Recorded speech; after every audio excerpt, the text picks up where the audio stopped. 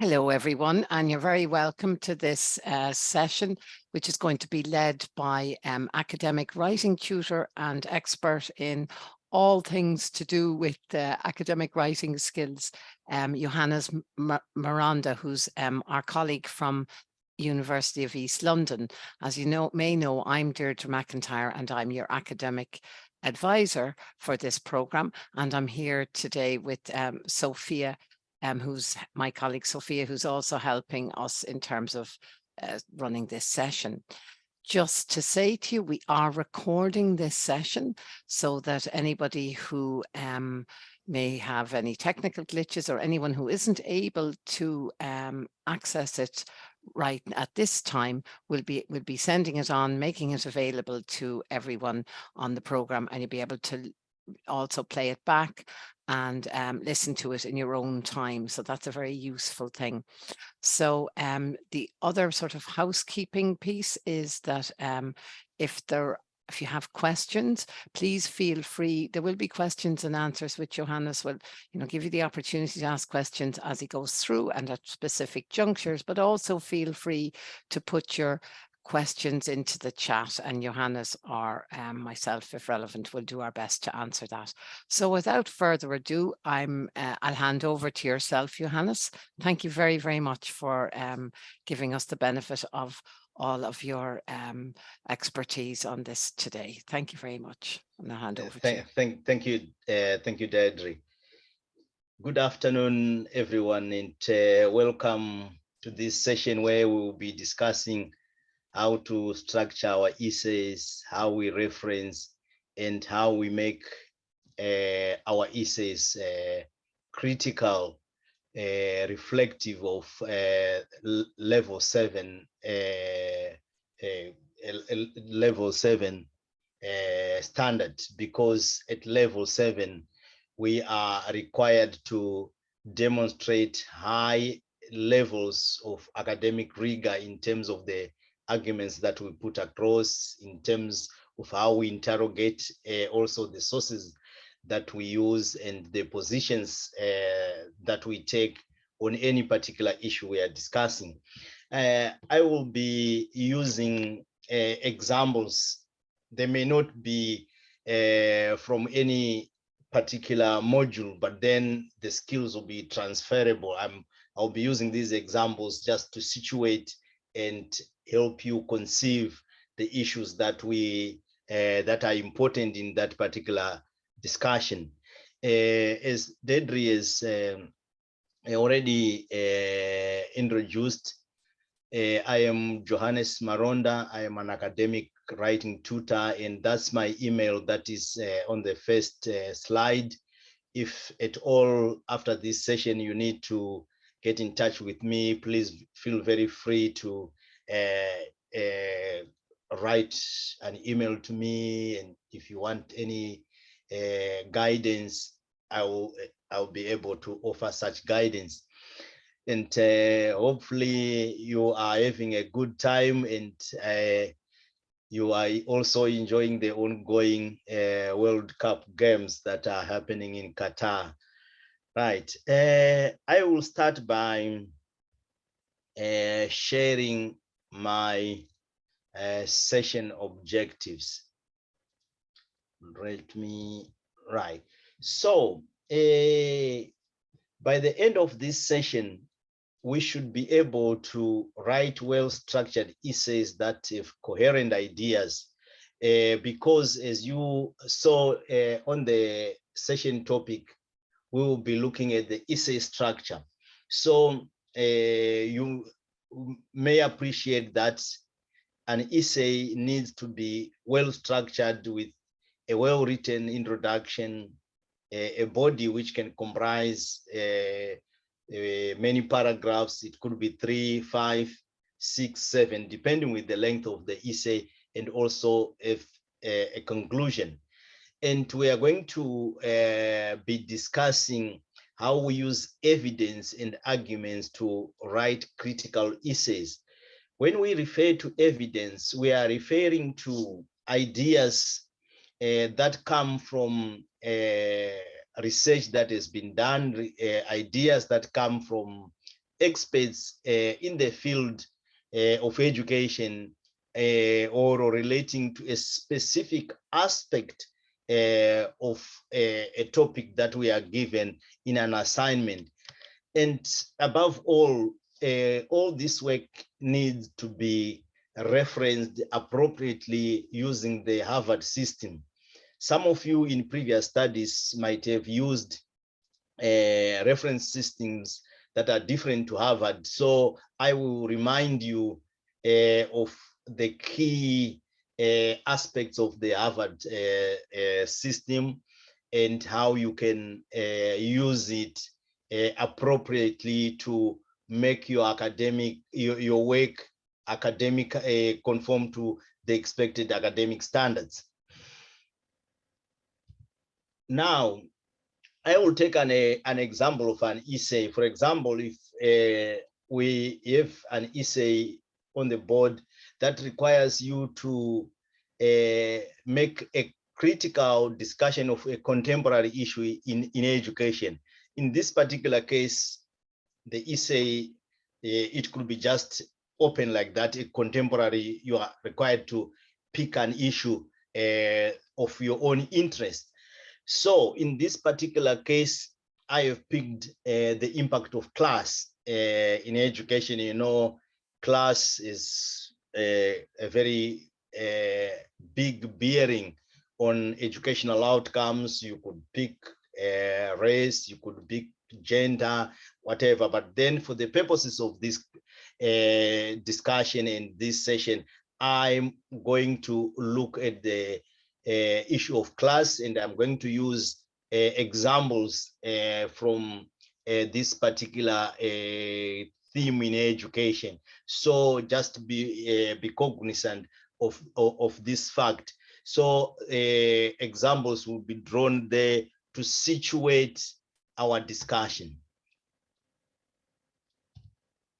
Now, when you are given an essay topic like a critical discussion of a contemporary issue, before you go on to put together the readings and the materials that will help you to respond to the essay question, it might be helpful to break the topic into component parts. For example, subjects, restrictions, and instructions, because this will help you in your own research.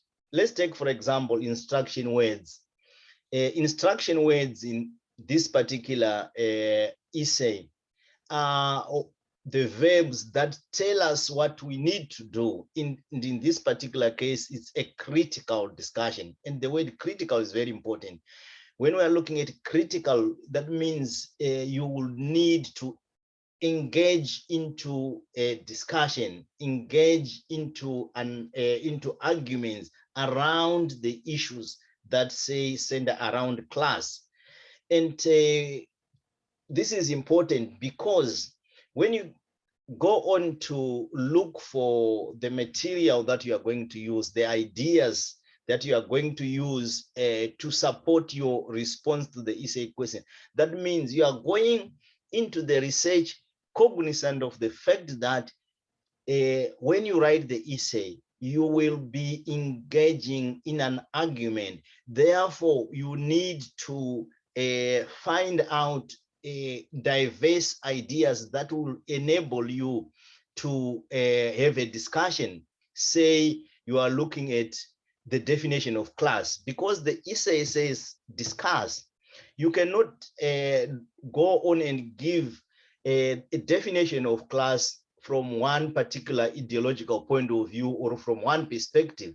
So you might then need to look at class as seen from different perspectives, and you highlight what are the similarities within these perspectives, and perhaps reach a conclusion on what the common elements that will guide you towards writing your essay. So that's the importance of instructions. Instructions help you in order to target your research appropriately. And the restrictions refer to how you are focused on a particular setting. It could be a particular age group, it could be a particular time period. But in this particular case, there is no explicit restriction that we are given. But then when the essay says a discussion on a contemporary issue, our assumption is we will be drawing our examples from the UK, because that's where we are studying, that's where we will practice in the various professions that we pursue after we finish our education. So that's the implication. So the restrictions are, this is the specific area that you are restricted to or you are focused on. But then even if you are picking your examples from the UK, you should also show breadth of thought by picking international examples, because the UK doesn't operate in isolation. It is affected by systems and perspectives that happen all over the world, Europe, Asia, the Americas, Africa, and so forth, Australia. So you may need to pick some international examples that helps also to deepen your discussion. And the subjects of your essay is simply what that essay is about. So the essay is about a contemporary issue. So subjects simply guide you, especially when you are undertaking research on what to look. So if you are looking at contemporary issues, you might type what are the contemporary issues in the UK. Maybe a quick search will bring out class, gender, ethnicity, maybe a disability. So all those issues could come under contemporary issues. So this is the importance of breaking down your essay. So once you know the restriction, you know what to target when you are researching which age group, maybe which particular countries, and instructions tell you what you need to do. So here are the definitions of the various words. We've already gone through them. Now, that's our topic. And already I have broken down the essay topic into the various components. But what you may need to do now, equipped with that particular framework of the essay breakdown, how then do you go about planning your essay?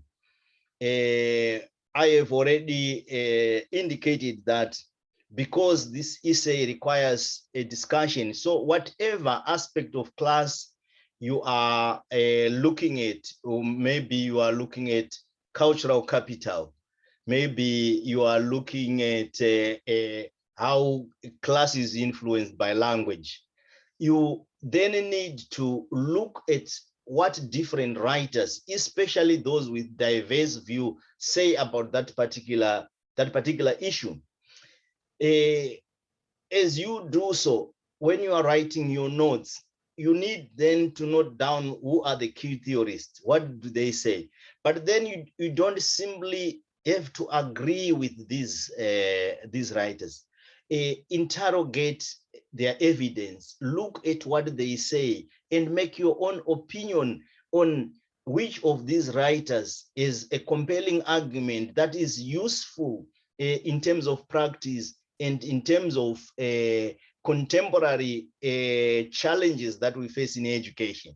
So that would be a more rigorous and appropriate approach to take, which is critical because you are questioning the appropriateness of a particular theory. You are looking at its strengths and its limitations. So as you organize your notes, theme by theme, the expectation is in a particular issue, say you will be discussing in paragraph 1, we expect to see a number of theories and what they say, what the agreements, and what the disagreements. And also at the preparation stage, you make your own rough comments on what you evaluated on those particular theories. So having made your plan, having compiled your notes on the various aspects that you think are important in that particular topic, you might then want to decide on the position you want to adopt in answering the question. For example, the issue of class, class could be seen from various perspectives. It could be a functionalist perspective. It could be a liberal, neoliberal perspective.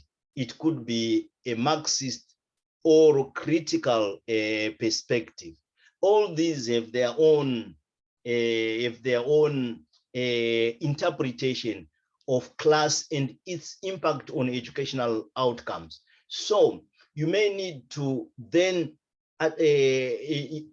adopt an overall position to say of these perspectives, the most appropriate perspective to analyze or to which is a compelling argument on these issues is maybe a critical perspective or a Marxist perspective, because it questions the inequalities that happen in class. It is also questioning the differential outcomes that are happening, and these differential outcomes are also seen in practice. Therefore, is the perspectives that is relevant because it happens.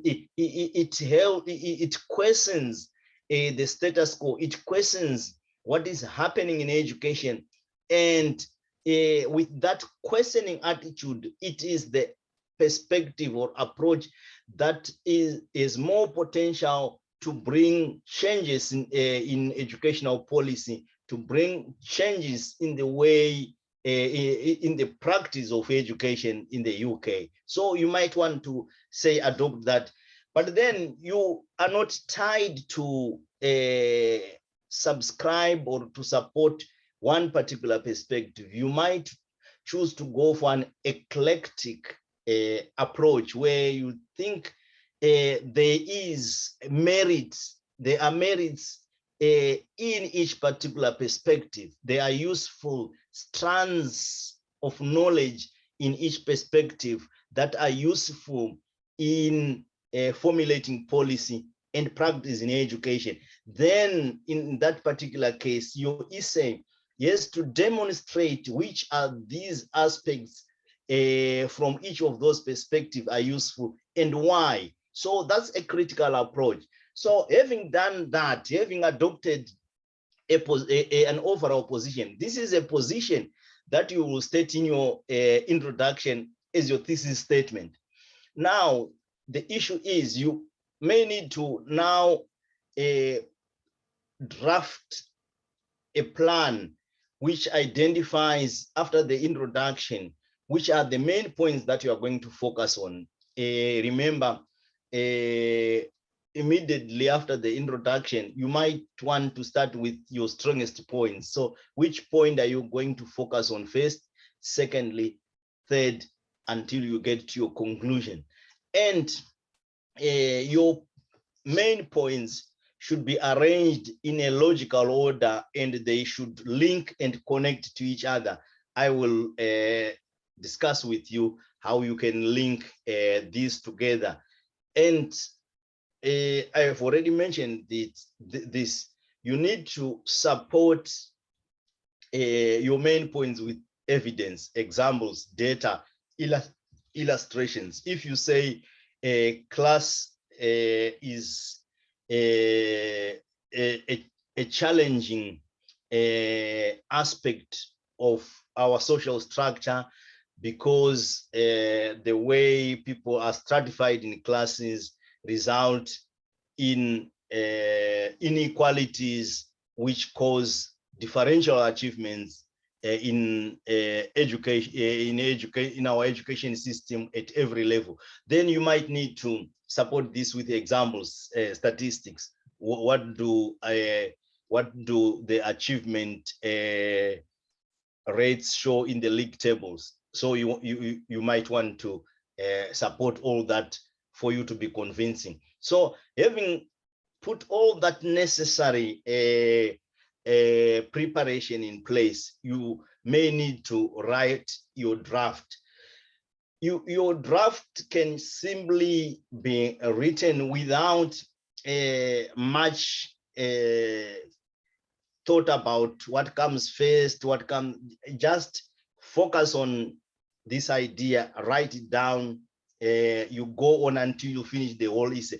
Then having written the draft, now decide, is the approach that I've taken, is it the best one? You might then think, no, I think the idea that I put in paragraph 3 needs to go in paragraph 1. So rearrange, review and think critically and reflectively over the draft that you have made. So, because if you try to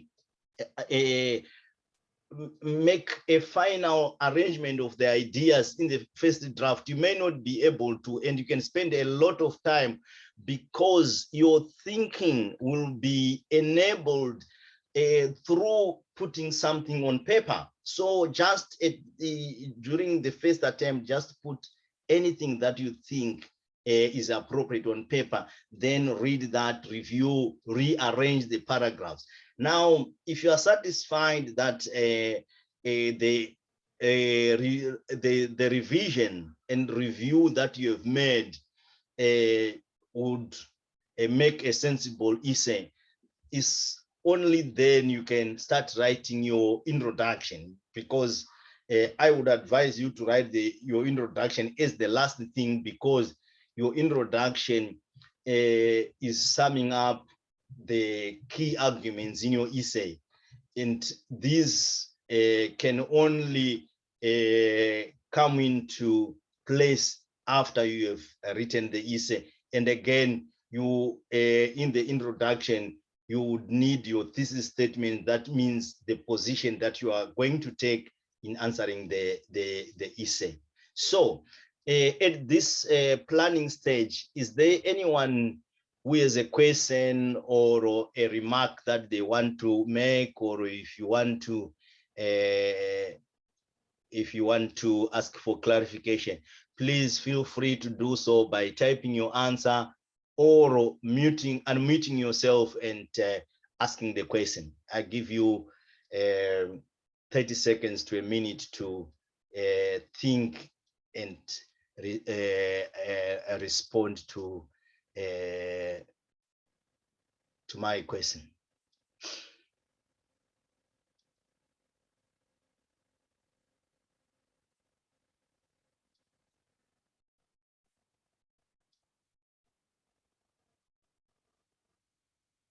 Right. If there are no questions, maybe my assumption is you have understood the key points that I have explained. So I will go forward. Okay. Oh, someone has raised a hand. Yes, Claudia, please feel free to ask your question. Can you unmute yourself and ask your question? Yes, thank you. Good evening. I wanted to ask if you have a very open-ended question, because your question is quite specific, so it's a bit easier to plan an essay with a very specific question. Yeah. But if your question is quite open-ended, do you have any recommendations on where to start for a very broad topic? Okay. Can you give me an example of just something very open? A very open would be kind of a critical review of literature. Okay. Yeah. Yeah, a critical review of literature. Yeah, that's what it means, because there might be no right or wrong answer, but it all depends with how you support the positions that you raise. So if it is a critical review of the literature, one question would be, because that might not be a very appropriate answer, because the literature with regards to what, you see?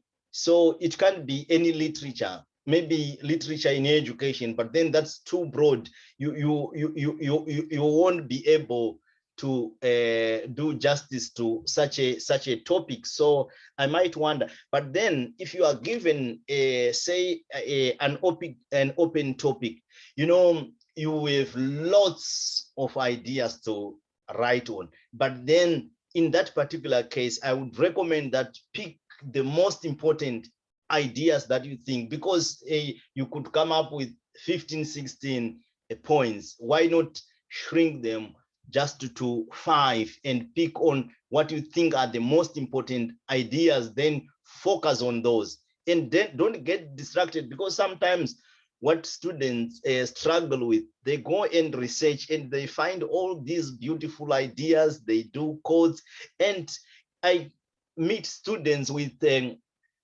10,000 word essay answering when in fact they are supposed to be 5,000, and they say, can you help me shrink this to 5,000?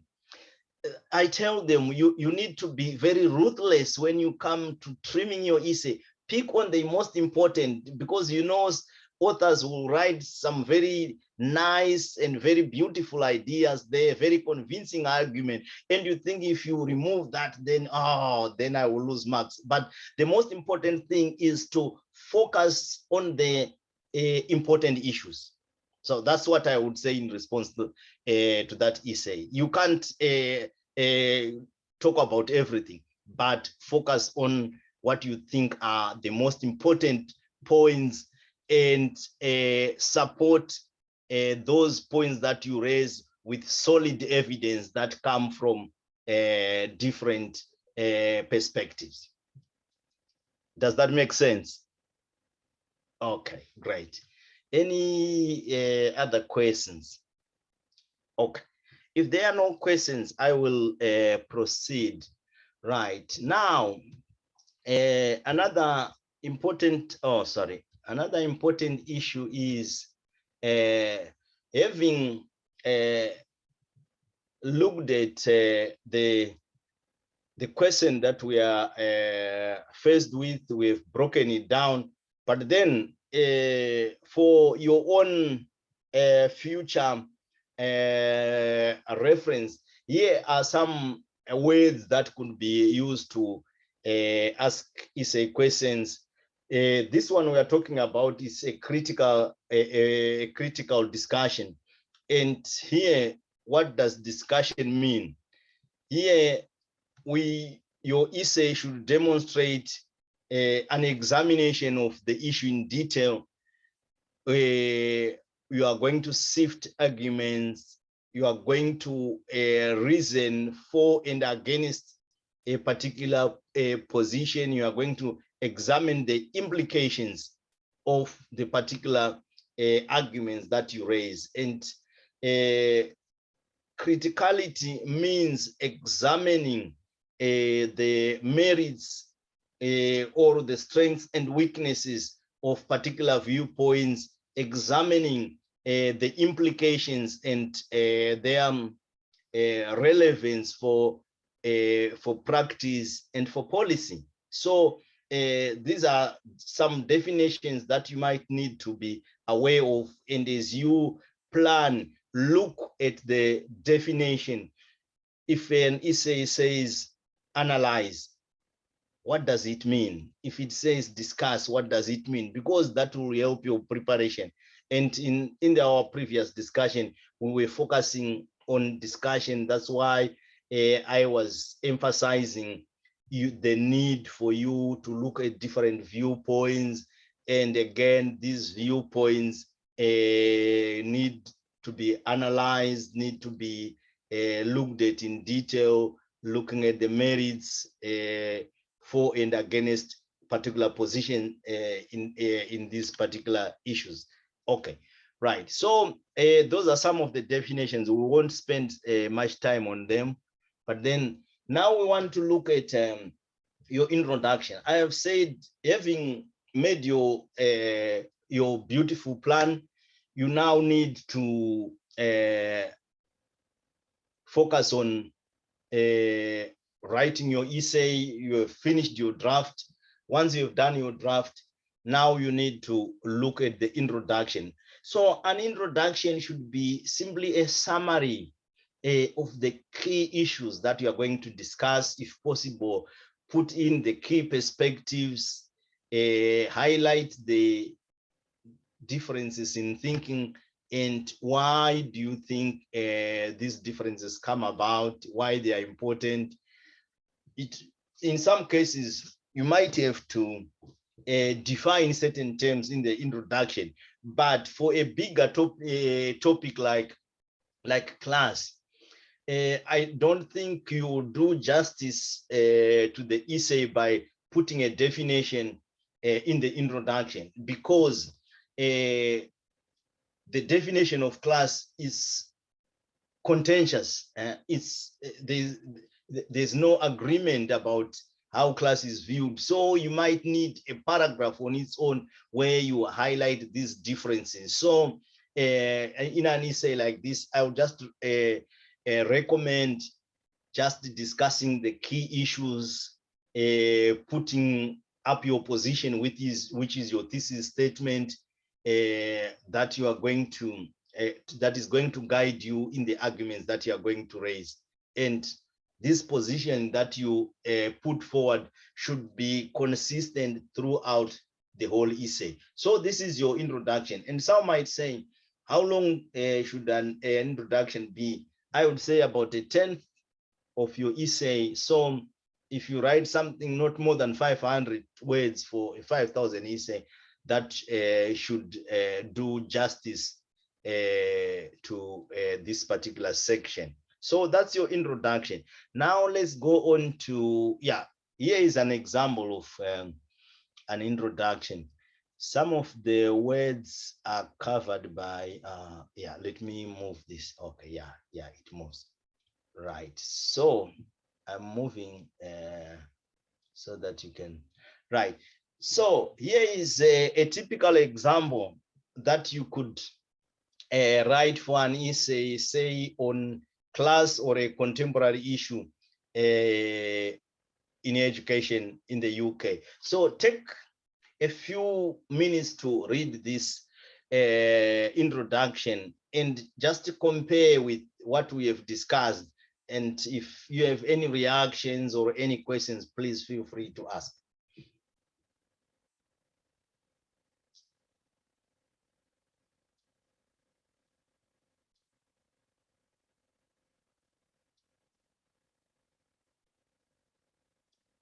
Yeah, that one should be as the key causes, causes of inequality. There's a typo there.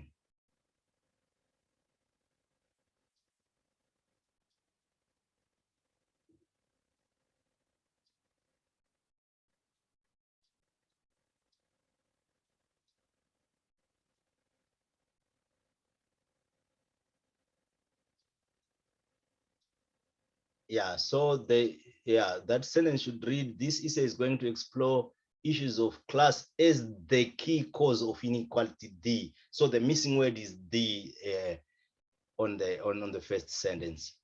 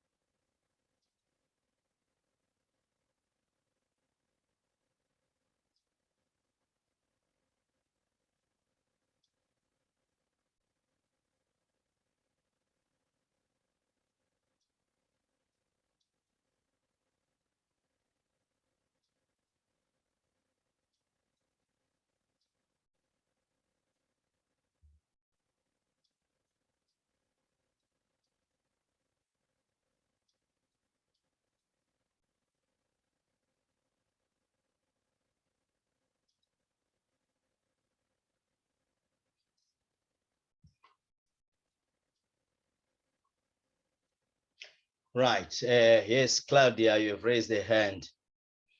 Yeah, please feel free to make your contribution or ask a question.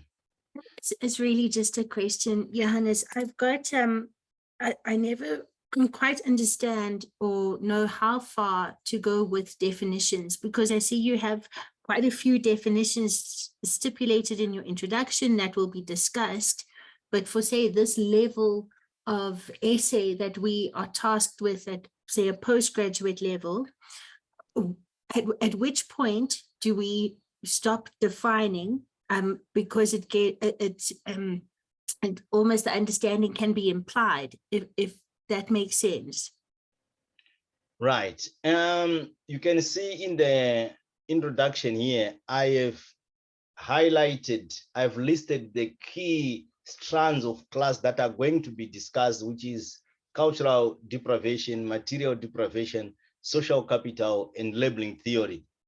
So these are the issues that you would expect to find in the essay. However, in this particular introduction, I have just highlighted the perspectives that have dominated educational policy and practice in England, which are the neoliberal, the liberal and neoliberal perspectives. However, these perspectives are viewed with criticism by Marxist and critical theorists. So that's those are the key arguments that will be raised in this issue. I haven't actually made any definition. You will see the definition will come afterwards. Does that make sense? I didn't define anything here. I've just highlighted and summarized the key issues that are going to be discussed. The definition of class will be treated in a separate paragraph, which we are going to discuss shortly. Does that make sense? Yes, it does. It does. It's almost trying to kind of gauge where your audience would read it from. Yeah. You know, as you can see, sorry, from my title, you can see I teach history online. So, yeah. You know, you don't want to become too narrative, but for this kind of essay, would you dedicate word count to certain definitions that might be kind of taken for granted in the space?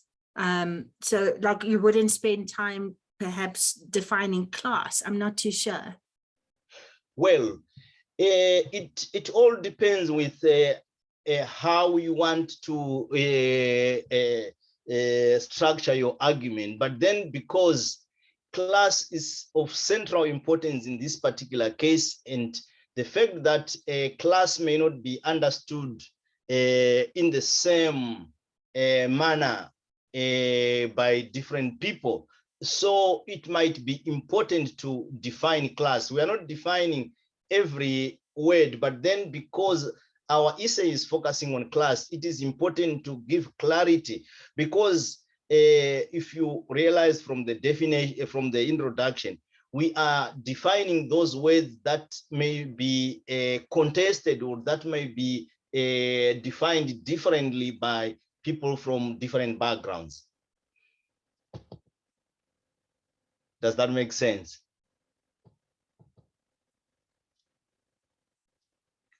Claudia, did I answer your question?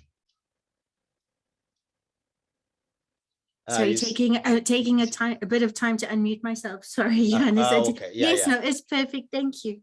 Okay. All right. Yeah. So maybe your question will become clearer as we go. Let me now go to the next session where you are developing your essay, and here we are going now to the question you have asked of the question of definition. So you can see here, I'm saying it is a good idea to define terms that can be defined or can be interpreted differently by theorists. So in this particular case, it is important to define class and show us what are the different understandings of class. We can see here, I start by stating that there's no general agreement on the definition of class, but it can be seen, it can be interpreted differently from different education ideological positions, which include functionalism, Marxism, neoliberalism. So once you have done that, now explain how class is seen from a neoliberal, from a functionalist perspective. What about from a neoliberal perspective? Because functionalism, liberalism, and neoliberalism, these share a common root, because liberalism and neoliberalism are rooted in the functionalist perspective.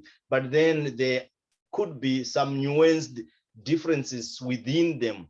You might not focus on those minor differences, but if you give us a broad perspective, to say from a functionalist liberal perspective, class is seen as useful in creating a stable society, and these classes function in order to perpetuate structures that are in society, which are hierarchical and perform different functions.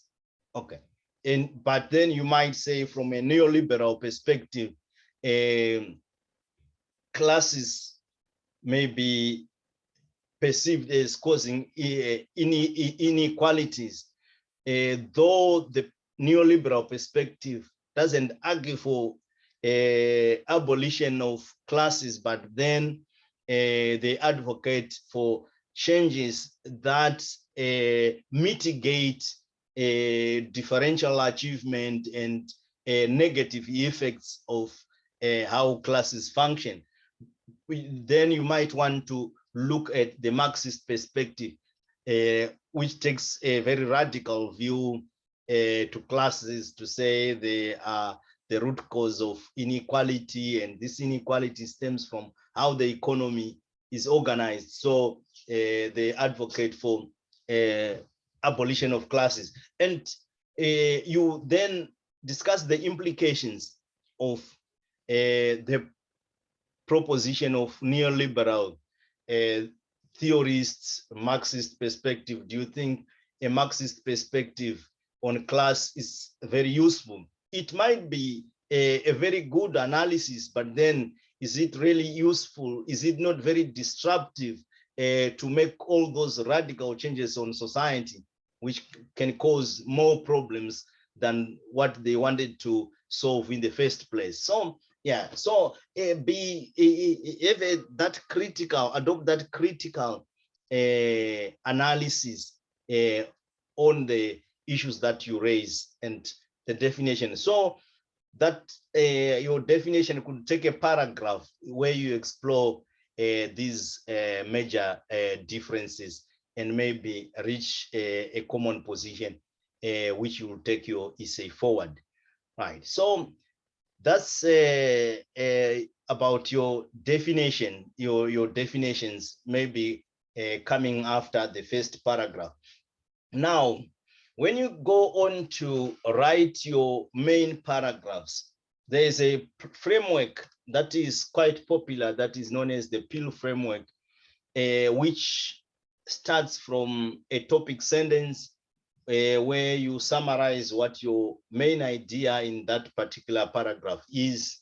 Then that main idea could be supported by one or two supporting sentences, which either give explanations or give evidence to that position that you are making. Then that could be followed by further explanation and evaluation. You evaluate those views, because as you argue, you are bringing in compelling contributions on that issue. But then as you bring these issues, you are discussing, there could be some inconsistencies. There could be some disagreement over the issue, you then evaluate and reach a common position on what you think would be a good position or a good option to take on that particular issue. So that's how you can structure your paragraph. I'm going to shortly give you an example of a paragraph. So there is a typical example of a paragraph. You can see it starts with our topic sentence, and then is supported by the various views that complement that particular claim. And as you see further down, I critique some of these views and reach a conclusion. So take a minute or two to read that paragraph.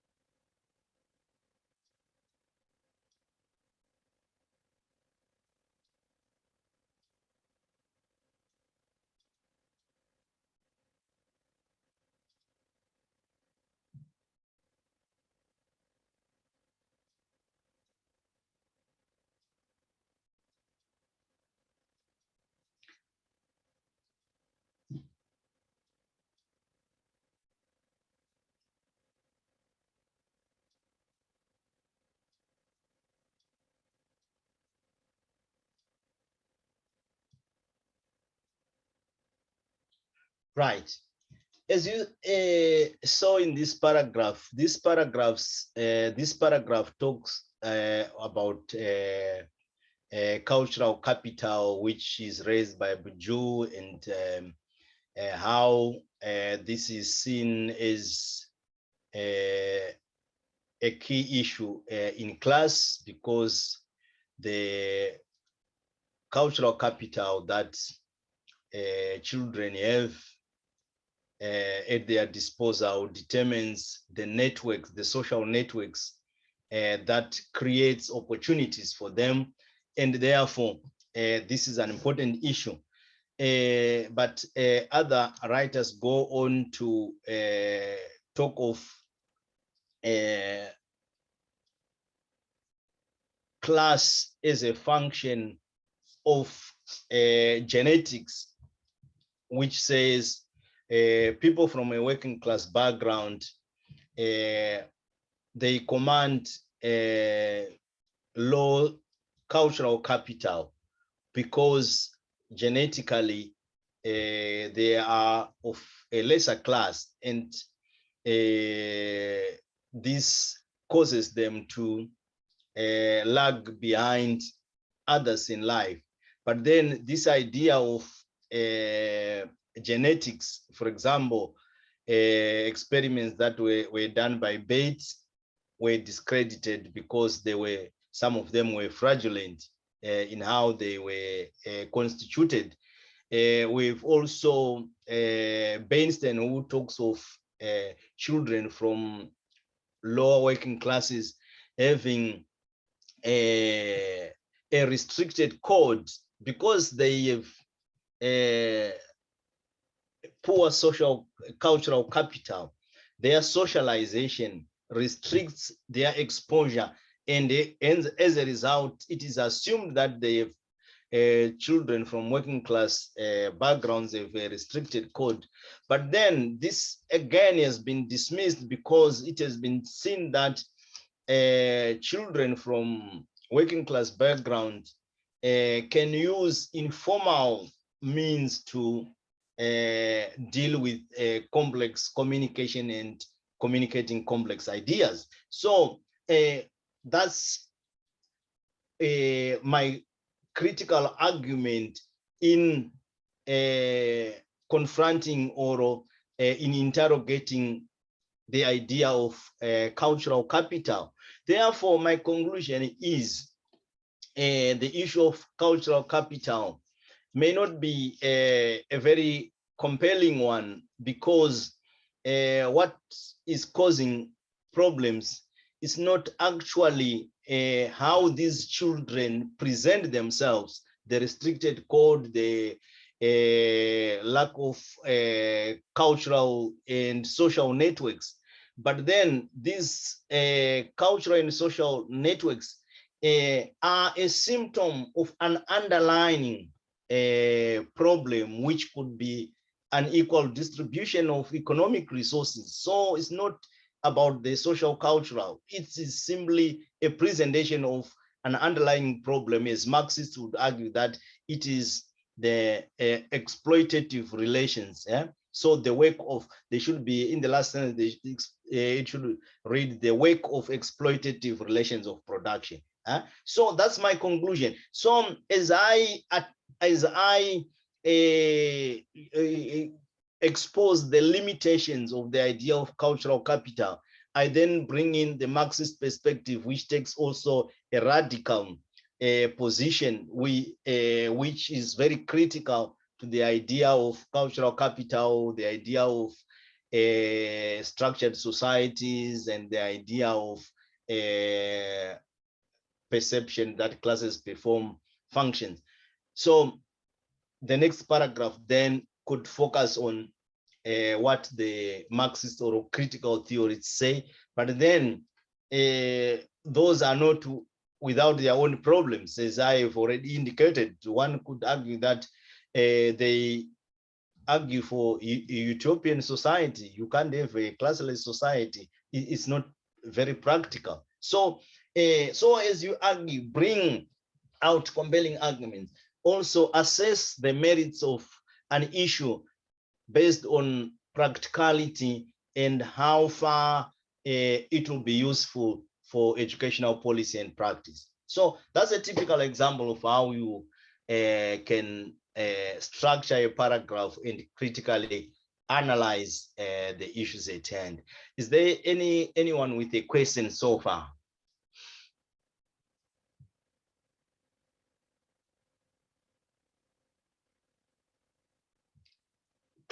Claudia, did you get answered the last section? I forgot to refer back to you where I discussed how you can define class, because as a central issue in your essay, it might be important to situate your discussion by first of all discussing class. Okay, great. Any question on the paragraph structuring and how you can critically analyze the views that you raise in any given paragraph? Sorry, Okay. Johannes, I think there's one in the chat. Okay, let me bring up the chat, sorry, right. Okay, right. So someone is saying the last point, it's an opinion. Yes, it is, but not an opinion per se, because this is arrived at having looked at the evidence.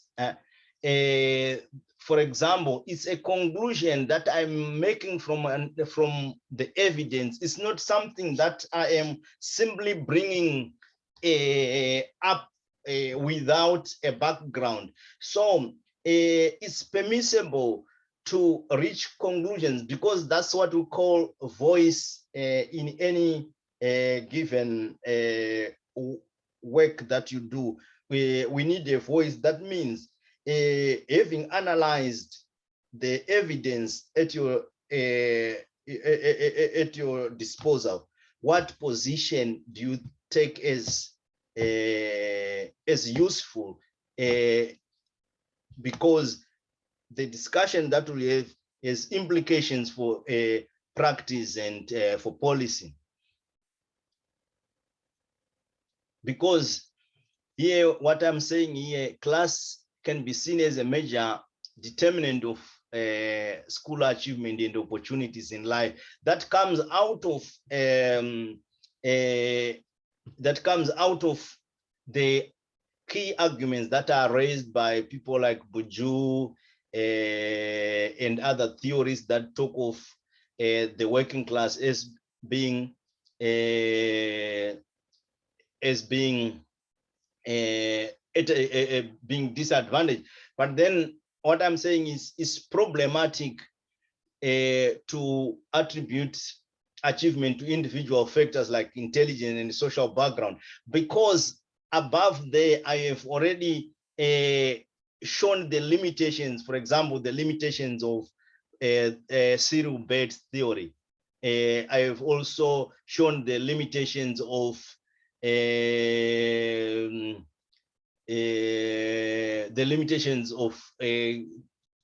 issue of language code, which has been raised by Beinstein. So that conclusion, although it's a position I am taking, but it's based on solid evidence that I have presented in the paragraph.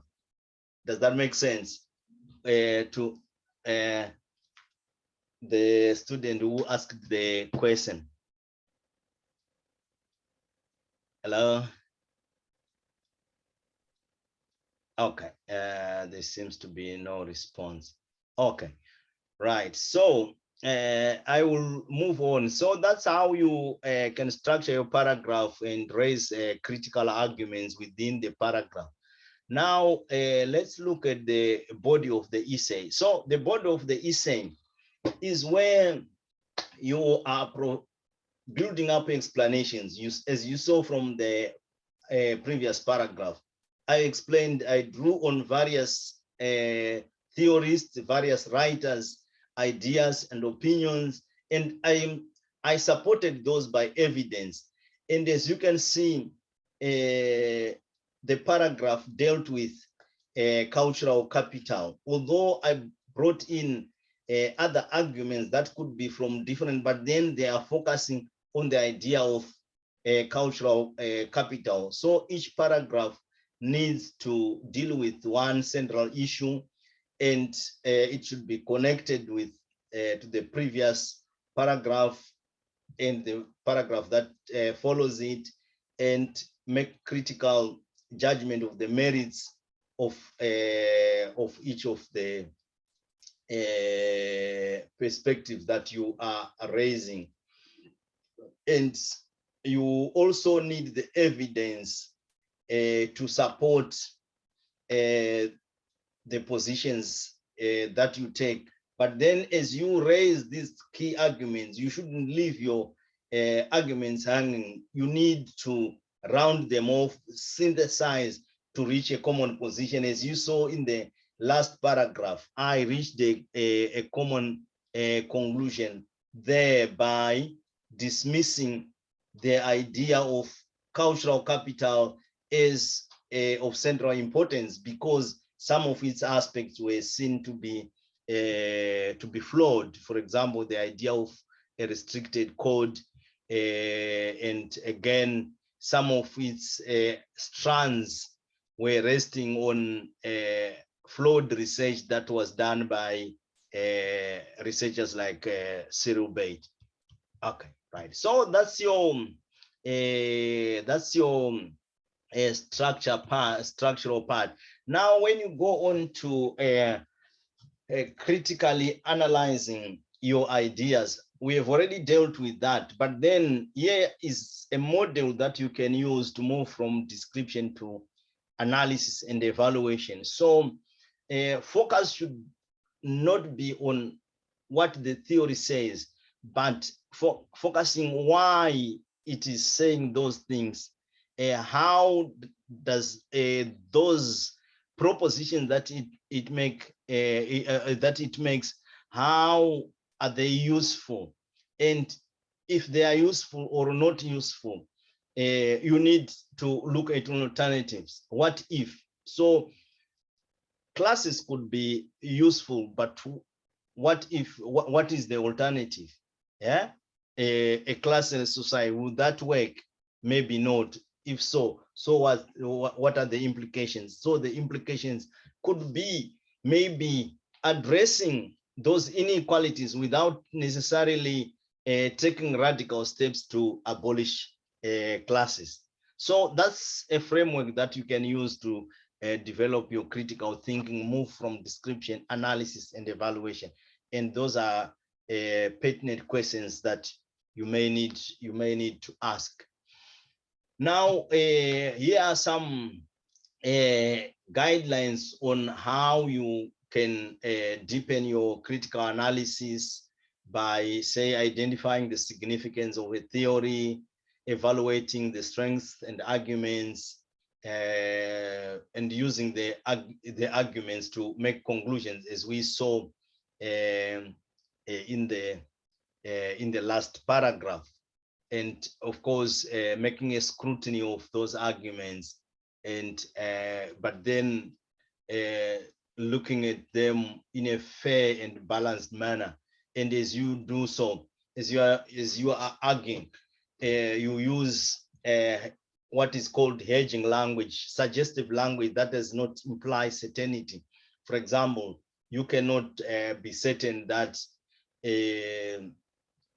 certain theories will work, but then using the evidence, you can only suggest that such a trend, trends in research have established this, and there is a high probability that this might work in a similar context. Right. So here is an example of another essay, another paragraph that raises some critical points and making an analysis. I will leave you to read that during your when you get the slides. And again, this is the paragraph that we have seen. I have made comments at the margins, so you can see the PIL framework that we're talking about starts with the topic sentence, supporting sentence, further evidence, illustration, and example. And there's your critical analysis at the bottom of all that you have argued, and your conclusion at the end.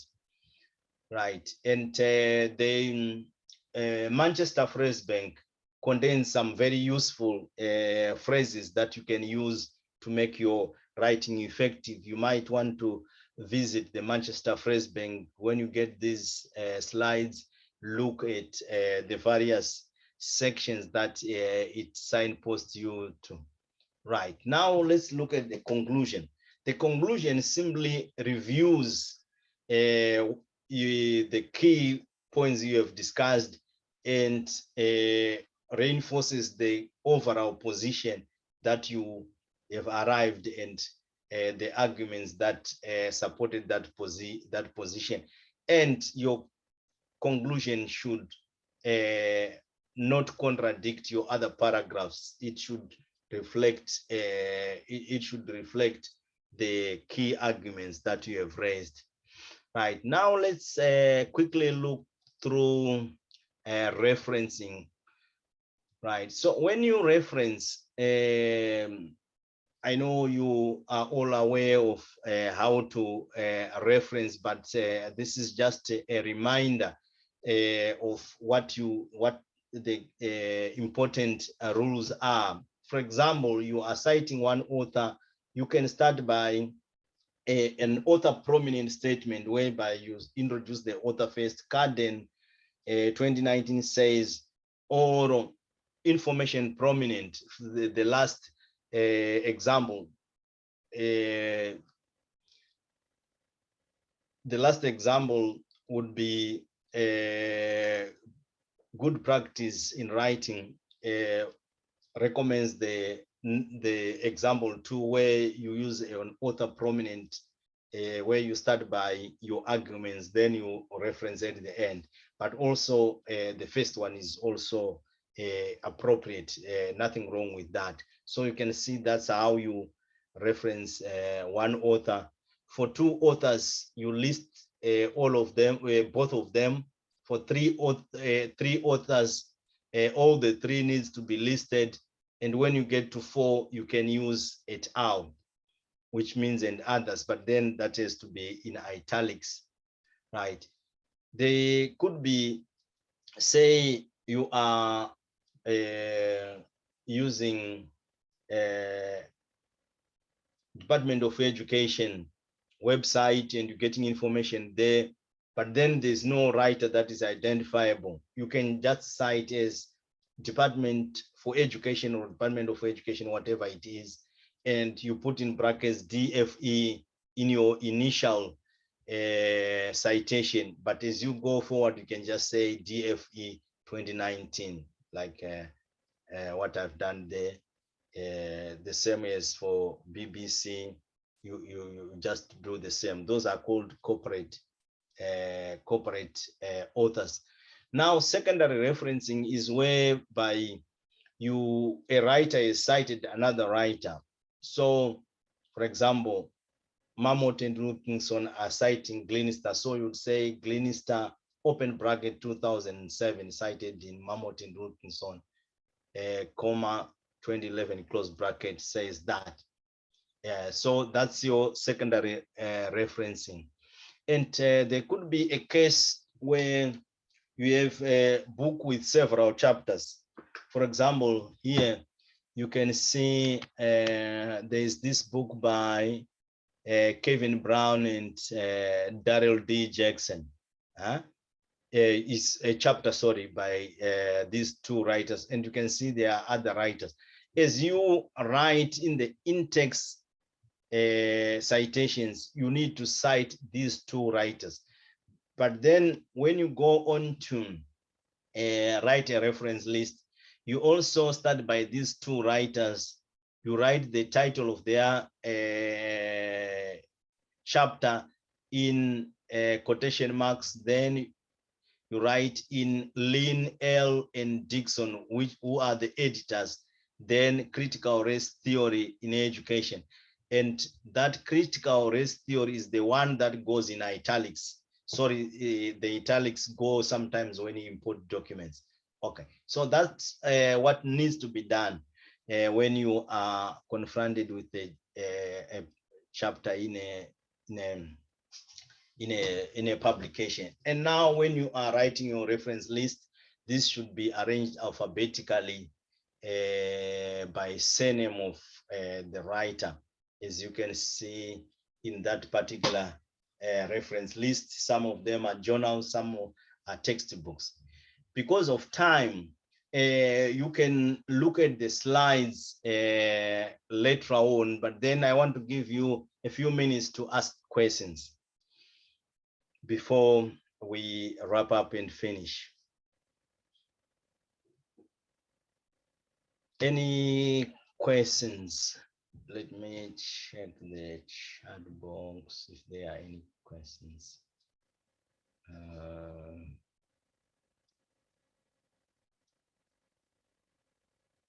Right. No questions in the chat box. I can't see any hand up. So just to recap, we started by looking at how we plan, and at the planning stage, I emphasize the point that as you plan, look at the question specification, break it into the 3 component parts, the subjects, restrictions, and instructions. Having done that, as you plan your essay, look at the restrictions will guide you what to research on, and the instruction words will also guide you what to specifically look for. If it is a discursive essay, look for plural ideas that will help you to engage in discussions and arguments. Then you go on to plan to write your draft. After your draft, you write your introduction, and you continue to develop your essay. We also looked at how an introduction should look like, how you develop your ideas in a paragraph, issues of criticality, those are very important, how you use evidence to analyze the merits of particular arguments, and lastly, going on to the conclusion. Then we looked at references. So if there are any questions that you encounter after this, my email is on the slides. You are free to email me or to book for a drop-in session with me. I am happy to assist you in whatever challenge that you might face. So with this, I would like to say good luck with your assignments, and I will give Deidre time to make any remarks. I'd just like to thank you very much, Johannes, for a very practical and helpful session. And thank you so much too for your very kind offer to make yourself available for emails or for any support afterwards. It's very, very much appreciated. Thank you very much. I see there's that Sophia is giving people access to your slides. Yeah. And as you know, we'll be making this session available. There will be a copy online, and because it's been recorded. So I don't think anything else remains except to say thank you to Sophia for your for your support and assistance tonight for this session, and thank you all for attending. And I do hope that you found this useful. If you have any comments or would like to get in touch or feedback about this session, or would like anything else covered, please just let us know by contacting Johannes or by ourselves in the Academic Advisory Service. Okay, thank you very much, everybody. Thank you. Thanks a lot, and good night. Thank you. Bye.